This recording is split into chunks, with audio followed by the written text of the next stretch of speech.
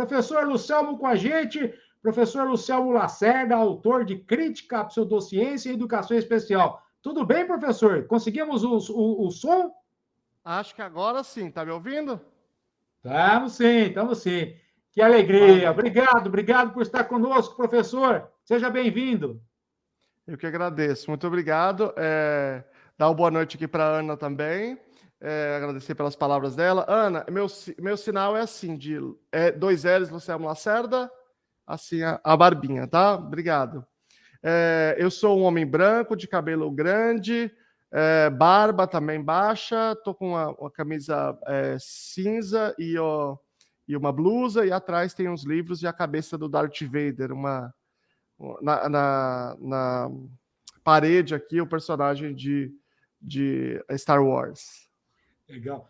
Professor, o senhor tem aí um trabalho muito grande na conscientização sobre o transtorno do espectro autista e quadros assemelhados.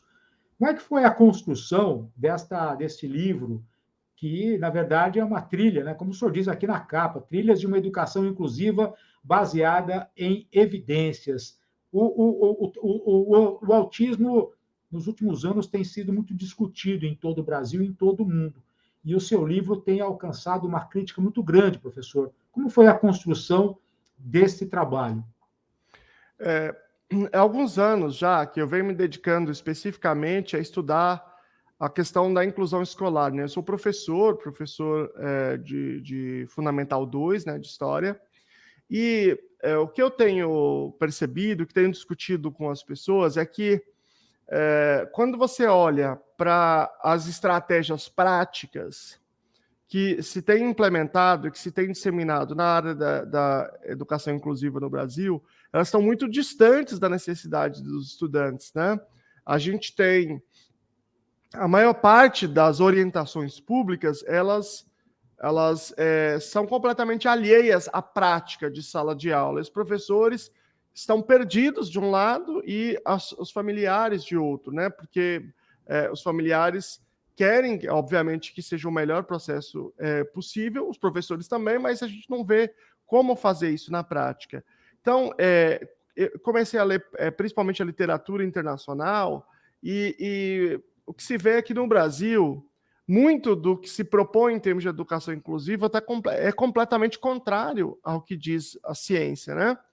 E aí eu sempre elaborei essa crítica, fiz essa crítica no contexto da internet, ou em palestras, em cursos, mas eu precisava registrar essa crítica de uma maneira mais estruturada. Então, nesse livro, eu apresento um pouco dos documentos principais de termos de educação especial no Brasil e comparo isso com as evidências científicas disponíveis, e isso é muito discrepante, né?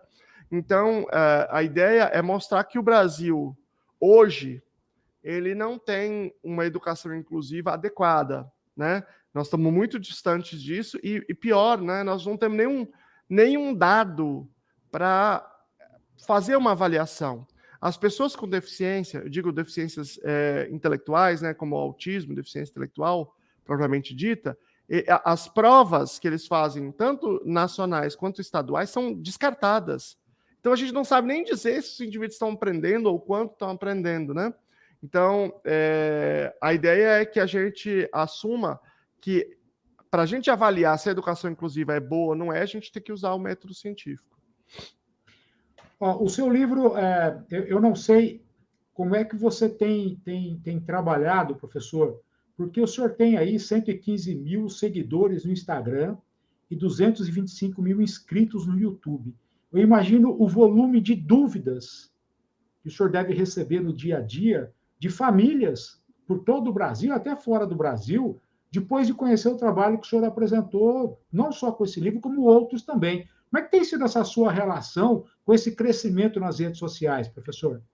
Essa é uma contradição muito grande, né? Porque as redes sociais começaram a crescer porque eu era muito acessível, as pessoas perguntavam, eu respondia.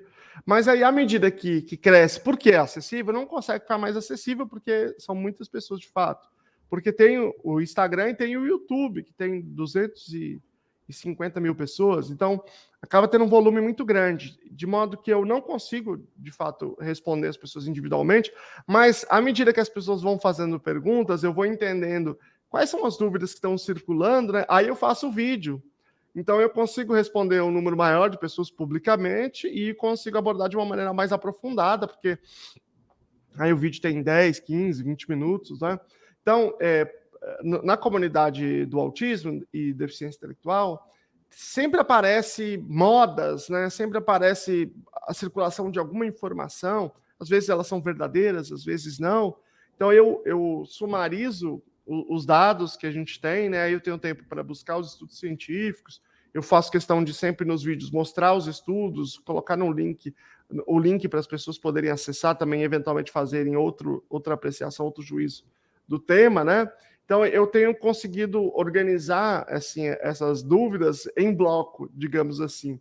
Mas quando você olha, a maior parte das dúvidas, elas são dúvidas que já foram respondidas há muito tempo lá, né? Às vezes eu mando o link, porque são muitas pessoas que estão chegando na comunidade. Muitas pessoas que não tinham diagnóstico receberam recentemente, porque os médicos agora que têm mais conhecimento sobre o assunto, as famílias, as escolas também, então acaba gerando uma condição muito melhor para poder fazer o diagnóstico. Então tem muita família chegando, chegou, não sabe de nada, né, ainda sobre o tema, ouviu falar muito pouco, às vezes teve contato numa série, num filme só sobre o autismo, e aí a gente tem um conjunto de coisas, de coisas absurdas que circulam na comunidade, né, que a gente precisa ter, digamos assim, um primeiro conjunto de conceitos. Então, os vídeos servem para a gente organizar esses conhecimentos e conseguir responder às pessoas. É claro que depois tem também outros que têm temas completamente diferentes, muito mais avançados, para aquelas famílias que já estão há mais tempo, que já têm outras necessidades, né? Que já estão mais escoladas aí na comunidade. O senhor acha que nós estamos no caminho certo de quebrar esse paradigma, esse tabu em relação ao autismo? O senhor acha que o Brasil está caminhando bem nesse sentido de amparar essas famílias, professor? Eu não vejo esse movimento, assim, se você pensar em termos de estrutura de apoio, de direitos sociais, eu não vejo o que mudou, assim, nos últimos 10 anos. Né? O BPC, basicamente, é o mesmo, é a mesma coisa, né? A gente tem...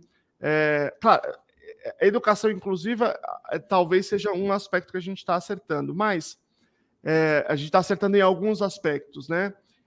No sentido de garantir que todas as pessoas possam se matricular. Então, isso é um acerto importante e uma conquista histórica importante. Mas os indivíduos depois, por exemplo, eles precisam de residências assistidas. Isso estava previsto lá no plano Viver Sem Limites, que nunca foi implementado em lugar nenhum, nunca saiu nenhuma verba para isso, né? A gente tem garantia de trabalho. Eu nunca vi nenhum projeto e programa específico e importante em relação a isso. Então, eu acho que nós criamos uma pressão, à medida que as pessoas estão tendo mais diagnósticos, nós criamos uma pressão social, uma pressão política que é importante, que pode ser que desague em alguma coisa. Mas o que se vê de garantia de direitos são direitos que não é que eles não são importantes, mas que eles são muito laterais e que eles não são resultado de programas de governo. Por exemplo, a questão das filas preferenciais. Inclusive, eu sempre pensei que quando você tem um símbolo da pessoa com deficiência, isso já engloba o autismo, não era uma luta específica importante, nunca achei que fosse. A carteira, sim, o CIPTEA, né, a carteira da pessoa com autismo, é uma coisa que tem alguns espaços em que se pode ter um direito utilizado por conta disso, mas nada disso é um programa de apoio realmente que tem uma mudança significativa. Então, eu não vejo isso acontecendo ainda não. Acho que foi criado o caldeirão à medida que as pessoas estão tendo mais diagnóstico, mas eu acho que aí precisa de muita luta política ainda.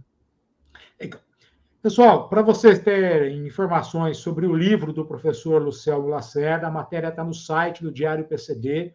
Nós publicaremos amanhã mais uma repercussão desse livro E você tem aí como acompanhar todo o trabalho do professor nas redes sociais, YouTube, Facebook, com Instagram, desculpe, YouTube e Instagram, para você saber muito mais sobre esse trabalho, sobre trilhas de uma educação inclusiva baseada em evidências. Recebi o livro esta semana e, olha, eu comecei, eu não conseguia parar. Fui até o meio do livro, dia seguinte terminei o livro, professor. Olha, parabéns, parabéns, muito obrigado, e vai ficar aqui guardado comigo para consultas e para indicar para outras pessoas. Parabéns pelo seu trabalho, professor. Foi uma grande alegria recebê-lo aqui no Diário PCD. Parabéns para a sua equipe, tá? Que, olha, uma equipe muito legal, nos ajuda bastante. Obrigado por estar conosco, professor. Muito obrigado, Abrão. Muito obrigado, Ana. Me empresta ele quando você terminar de ler? Ou... Opa, empresta. Nossa, combinado. É um sonho, combinado. Né? Tá bom. Muito obrigado, Ana, Abrão. Muito obrigado a quem participou aqui também. Foi um grande prazer estar com vocês. Até a próxima. Obrigado. Grande abraço, professor. Até a próxima. Muitíssimo obrigado. Professor Lucelmo Lacerda, autor de Crítica à Pseudociência em Educação Especial. Este aqui, que na próxima semana vai estar com a Ana Paula, e aí ela vai mostrar para vocês lá que eu vou emprestar. Mas você me devolve depois, hein? Você me devolve, hein? Tá certo? Legal, que alegria.